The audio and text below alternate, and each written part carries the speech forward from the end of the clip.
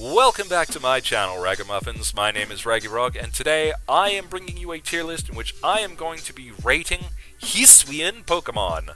Don't at me if I said that wrong.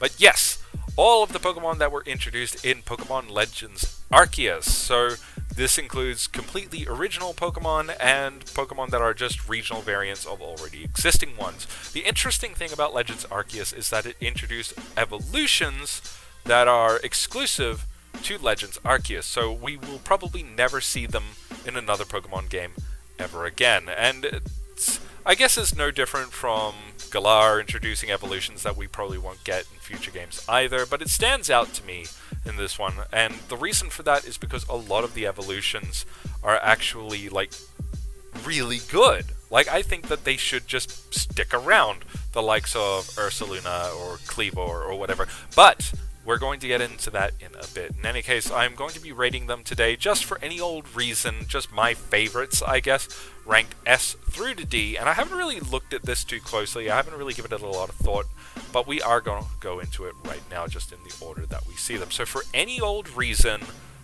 which Hisuian Pokemon do I like? Okay, so we've got Growlithe and Arcanine in their Hisuian forms, and if I rate them separately, so it's so weird because I don't think Growlithe and Arcanine really needed this, so I'm just gonna rate both of them as a B. It's cool. It's there's nothing wrong with it. It's just why? Of all the Pokemon, I don't get it. Then we got Voltorb and Electrode, and these ones actually kind of rub me wrong a little bit because as far as I understand, from as early as Gen 1, there's always been that consensus that Voltorb was kind of created by a science experiment involving a Pokeball or something like that. Maybe that was just a schoolyard rumor or something, I don't know, but I'm pretty sure that was meant to be a thing. And now they've introduced Voltorb and Electrode as wooden spheres in Legends Arceus, so it's so they're not Pokeballs at all. They have nothing to do with it. It's I don't know. It's a cool idea, and honestly, I'm just gonna put them in B as well. I don't hate them, I just kind of begrudge them a little bit. Then we have Typhlosion in his Hisuian form. Interesting that he is he's a Hisuian variant, but he evolves from Quilava, who is not a variant at all, so that's kind of interesting to me.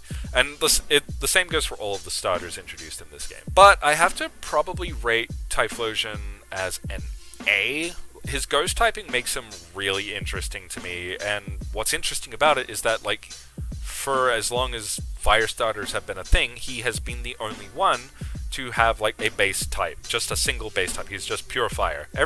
All of the other fire starters are fire flying, fire fighting, fire fighting, fire fighting. There's a lot of firefighting starter Pokemon, but you get what I'm saying. But Typhlosion's the only one who's just completely fire.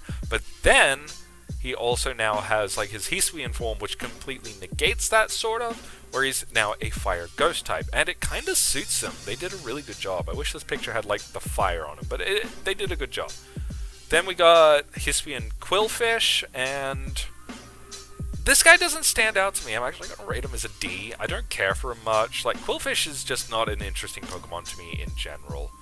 Then we got Hisuian Sneasel, and that's a C.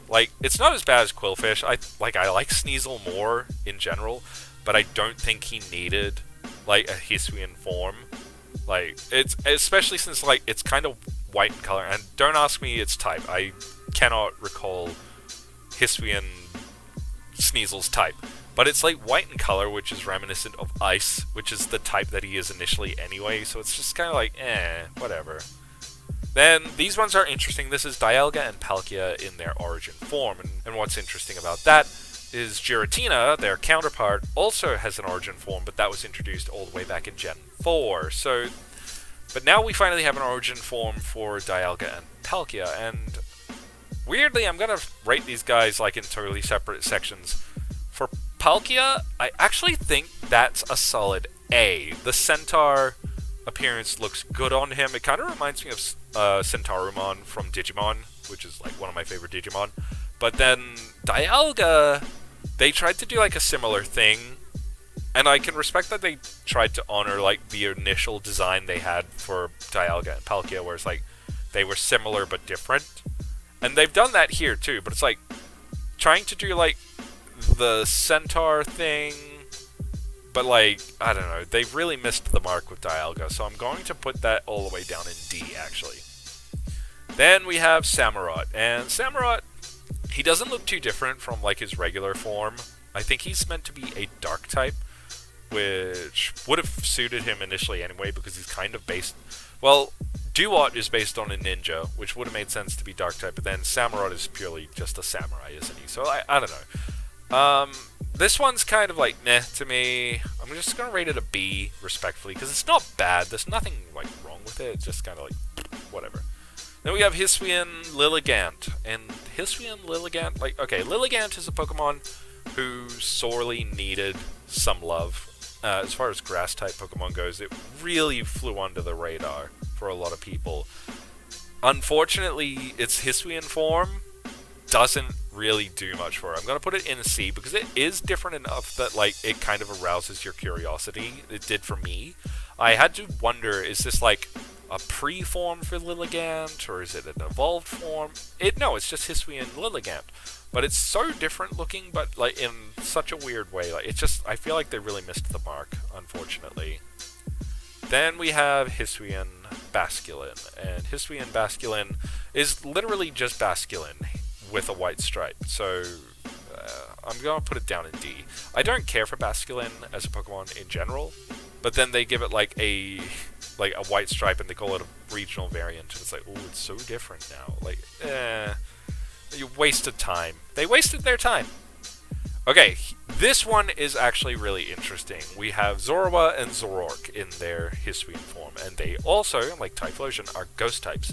And this is like very reminiscent of like the tales of like the Nine-Tailed Fox and stuff like that, which is weird because like you'd have expected like Ninetales maybe to fill that role, but missed opportunity, I guess.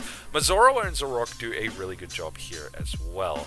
I'm actually going to put them in A section because like they do really stand out. It kind of makes sense. Like they look very like feudal Japan, which is the aesthetic that they were going for. A lot of these really missed the mark there, but in the case of Zorua and Zoroark, they really made it happen, and I'm very happy with it. Then Hisuian Bravery. That's a C. Like, it's clearly a regional variant, it's different from Bravery, and it's clearly, like, not an evolution or something like that. But it's so, like, weird looking to me. Like, he's got, like, a weird crest on the front now, he's got, it looks like a big white afro. It's just, they kind of, like, dulled him down aesthetically, which, they can't all be winners, I guess, but whatever. Next, we have Hisuian Sliggoo and Goodra. And I actually really don't mind these guys. Like, I talked about this in a previous video where I feel like, in the case of Sliggoo, at least, I feel like this is what Sliggoo should have just looked like. So I'm actually going to rate Sliggoo as an A. Because, like, they're meant to be like a slug evolved into a snail.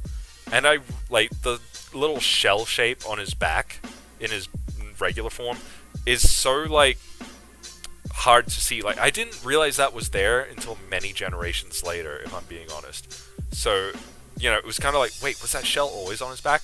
But in this form, it's like, oh, it's just painfully obvious that he's, like, kind of protruding from a shell. As for Goodra, I'm going to put it a B, because it is what it is. It's the obvious progression from Hisuian Sliggoo, but it doesn't make as much sense to me, because it's, like, a shell that is also, like, his back and his tail, and it's just kind of weird looking to me. Like, I definitely prefer regular old Goodra, but Hisuian Sliggoo definitely better. Then we have Hisuian Avaluge. I think it's meant to be Avaluge because he's meant to look like a luge. I've talked about this before. I'm gonna say that's a B. Like, it gave a lot of love to Avaluge, and, like, he was due, right? He's not a bad Pokemon, and Ice types, they get a bad rap, especially aesthetically, and Avaluge is no different in that respect. Like, Ice types should be pretty. You think of, like, pretty ice sculptures and snowfall, and you get like hideous monsters like Avaluche. So the least we can do is give him a regional variant so that he can get a little more limelight, I guess. Now, this one is interesting. We have Hisuian Decidueye, and he's like a totally different aesthetic. Like, it's clearly Decidueye, but he's got a red color scheme now. He's a fighting type. That's an A, right? And it's like, you can tell he's a starter for how much thought they put into this one, even if it's just aesthetically. I like that, like, they went from having a hood to like having the hat that kind of serves the same purpose in concealing his face and making him look very mysterious. It's just a really good, clever design. Then on this list we have Wordeer, and Wordeer is going straight to S rank. I love Wordeer, and I wish that Wordeer were just a part of the meta consistently. I hate that he is a regional evolution. That is to say, we're not going to see him in Scarlet and Violet, probably. We're probably never going to see Hisuian or just Wordeer ever again, which is unfortunate because Stantler needed Wordeer. Stantler needed an evolution.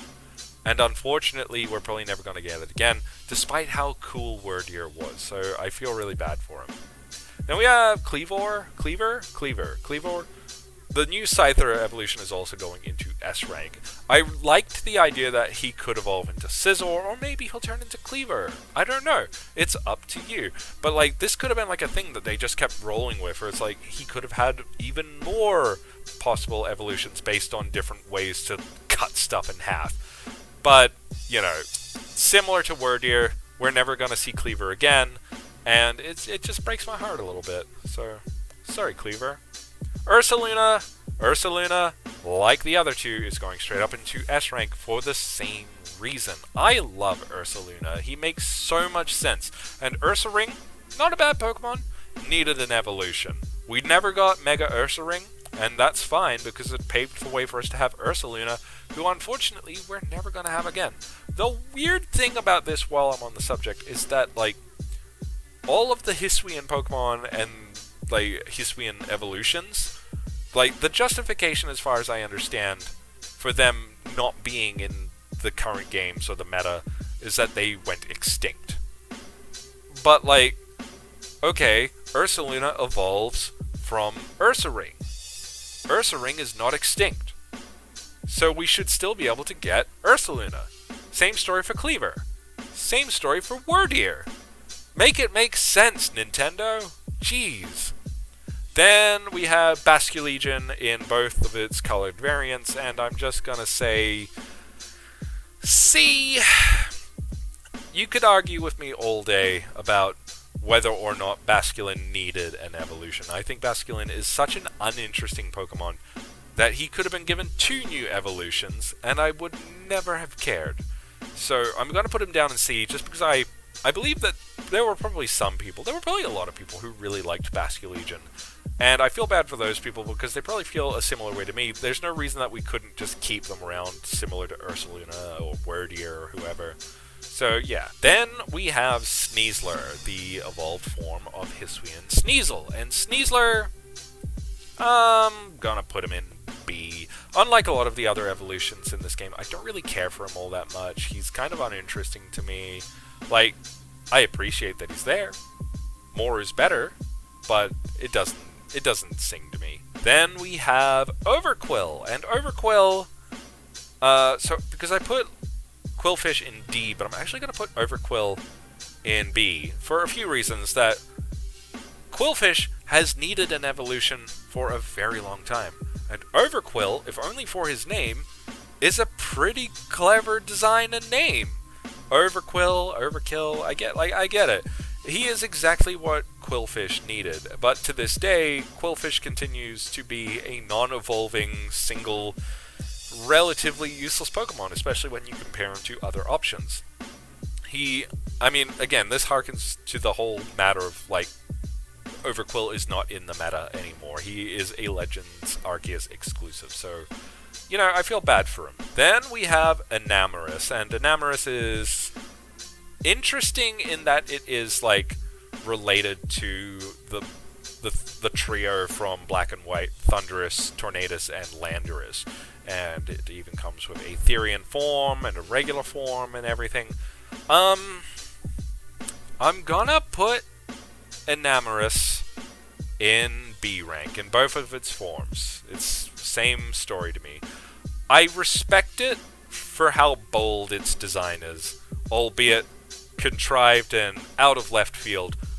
I wish that Landorus, Tornadus, and Thundurus had unique designs similar to Enamorus, because it really bugged me that in Black and White so many Pokemon just had like almost identical aesthetics to one another, those three being one such example. But then you got Enamorus, who is clearly like related to them in some way, except it's a totally different design. It's more slim and slender and everything. Like, not just its color, it is like a completely unique looking Pokemon. So there you go. I wish they had all been like that. And with that, everybody, these have been my ratings for all of the Hisuian Pokemon, evolutions and regional variants, what have you. So, comment down below which ones you like and why, and let me know what you think. If you enjoyed the video today, then make sure you give it a like and subscribe. Hit the bell icon so you can get instant updates anytime there is a future upload, and share it with your friends. As always, Ragamuffins, thank you so much for watching the video today. I will see you next time. Have a good one.